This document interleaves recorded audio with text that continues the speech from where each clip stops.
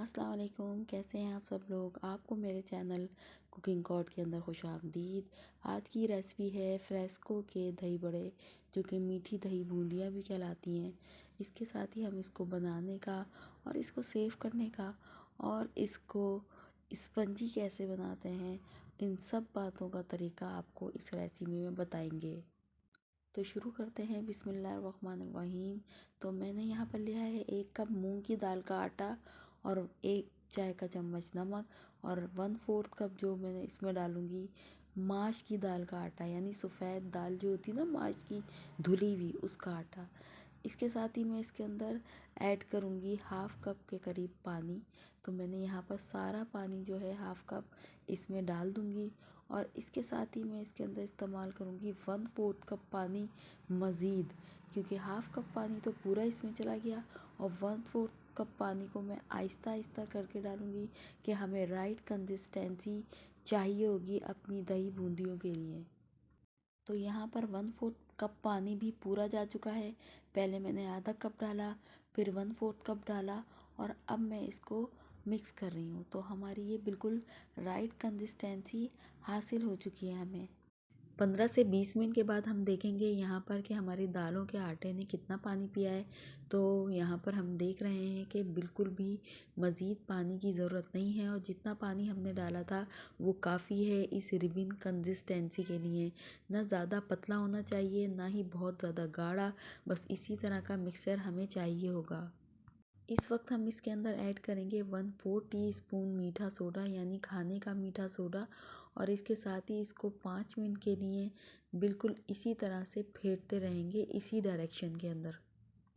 5 minute के बाद देखें इस मिक्सचर ने अपना कलर चेंज कर लिया है और ये मुकम्मल फ्लफ़ी हो चुका है। और इसके साथ ही हम इसका एक टेस्ट करेंगे। एक प्याली के अंदर पानी लेकर हम अपने मिक्सचर को डालेंगे तकरीबन 1/2 टीस्पून जितना, और ये देखें ये पानी के ऊपर फ्लोट करने लगेगा।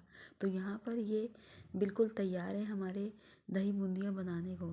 तो यहाँ पर मैंने तेल को बस इतना गर्म किया है कि बहुत थोड़े थोड़े से बबल जो हैं बूंदी के इर्द गिर्द बनने चाहिए, क्योंकि जब हम तमाम बूंदियाँ इस तेल के अंदर तोड़ेंगे तो तमाम बूंदियाँ इवनली कुक होना चाहिए, यानी कोई बूंदी ऐसा ना हो कि डालते डालते पहले पक जाए और बाकी जो है बाद में पकें, जिससे हमारी बूंदी आधी कच्ची और आधी पक्की रह जाएंगी। और इसके साथ साथ तेज़ तेल के पर डालने का एक नुकसान ये भी होगा कि आपकी बूंदी ऊपर से जो है फ़ौरन से क्रिस्प हो जाएंगी और अंदर से वो कच्ची रहेंगी। और मैं जब तमाम बूंदियों को इस तेल के अंदर डाल लूँगी तो फिर इसके बाद मीडियम स्लो फ्लेम को कर लूँगी। तो यहाँ पर तकरीबन तमाम पैन जो है बूंदियों से भर चुका है और अब मैं चूल्हे को मीडियम स्लो कर लूँगी और बूंदियों को इवनली कलर दूँगी ताकि तमाम बूंदियों का कलर एक जैसा आ जाए। ये देखें हमारी बूंदियों का कलर जो है तमाम इवनली आ चुका है, इसलिए अब हम उसे तेल से बाहर निकाल लेंगे।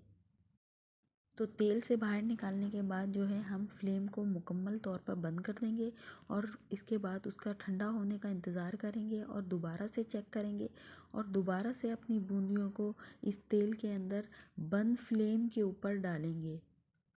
और अब मैं जो हूँ इन तमाम बूंदियों को इसके अंदर डालने के बाद फ्लेम को ऑन कर लूँगी और इसके साथ ही जो है इनको इवनली कलर देने के बाद इनको भी बाहर निकाल लूँगी तेल से। तो अब हमारी तमाम बूंदियाँ जो हैं तली जा चुकी हैं और अब हम अपना नेक्स्ट प्रोसीजर करेंगे, यानी तमाम बूंदियों को दोबारा से मीडियम स्लो आंच के ऊपर फ्राई करेंगे। तो ये डबल फ्राइंग का प्रोसीजर हम इसलिए करेंगे कि हमें अपनी बूंदियों को सेव करना है।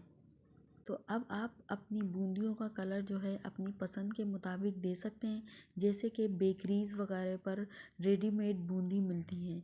कुछ डार्क कलर की होती हैं, कुछ लाइट कलर की। जो आपको पसंद हो वैसा कलर इस स्टेज पर आप दे लें और बूंदियों को एक छलनी में बाहर निकाल लें और मुकम्मल ठंडा होने पर ज़िप लॉक बैग के अंदर डालकर आप सेव कर लें। बिल्कुल भी परेशान होने की ज़रूरत नहीं है। आप जो है बहुत आसानी से ये बूंदियाँ बना सकते हैं और इसके अंदर से इतनी ज़बरदस्त खुशबू आ रही है कि मैं बता नहीं सकती।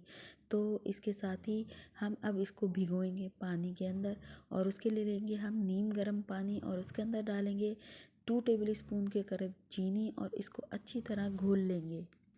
चीनी मुकम्मल तौर पर घुल जाएगी तो हम इसके अंदर ऐड करेंगे अपनी बूंदियों को और मेक श्योर कर लें कि बूंदियाँ मुकम्मल तौर पर इस पानी के अंदर भीग जाएं।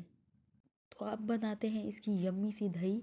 और इसके लिए मैंने लिया है 1 कप दही, 2 टेबल स्पून जो है मैंने इसके अंदर चीनी के डाले हैं, आप 3 भी ले सकते हैं, हाफ़ टी स्पून नमक और 1 table spoon full milk powder के मैं इसमें ऐड करूँगी और इसके अच्छी तरह फेंटूँगी। जब ये अच्छी तरह फिट जाएगा तो मैं इसके अंदर शामिल करूँगी 1/4 कप जितना दूध।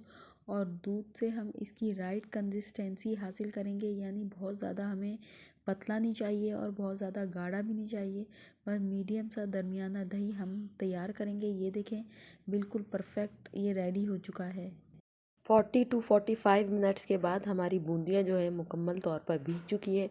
अब हल्के हाथ से हम इसको निचोड़ कर पानी से बाहर निकाल लेंगे और ये देखिए हमारी बूंदियों के अंदर बिल्कुल भी गुठली नहीं है।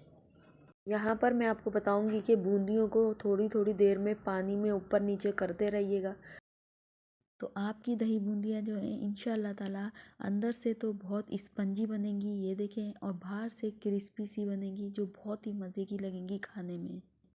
तो अब मैं बूंदियों के ऊपर डालूंगी मीठी दही जो मैंने बनाई थी और इसके बाद 10 से 15 मिनट के लिए इसको रेस्ट के लिए रख दूंगी ताकि हमारा बेहतरीन रिज़ल्ट आ सके बूंदियों का। और इसके साथ ही इसके ऊपर जाएगा चाट मसाला, और आप चाहें तो इसके ऊपर इमली की मीठी खट्टी मीठी चटनी भी डाल सकते हैं। तो यहाँ पर हमारी दही बूंदियाँ तैयार हैं। ये इतनी मज़ेदार और जायकेदार होती है कि आपकी जान छूट जाएगी बाज़ार की बूंदियों से। लाइक कर दें, आप शेयर कर दें, सब्सक्राइब कर दें। अल्लाह हाफिज़।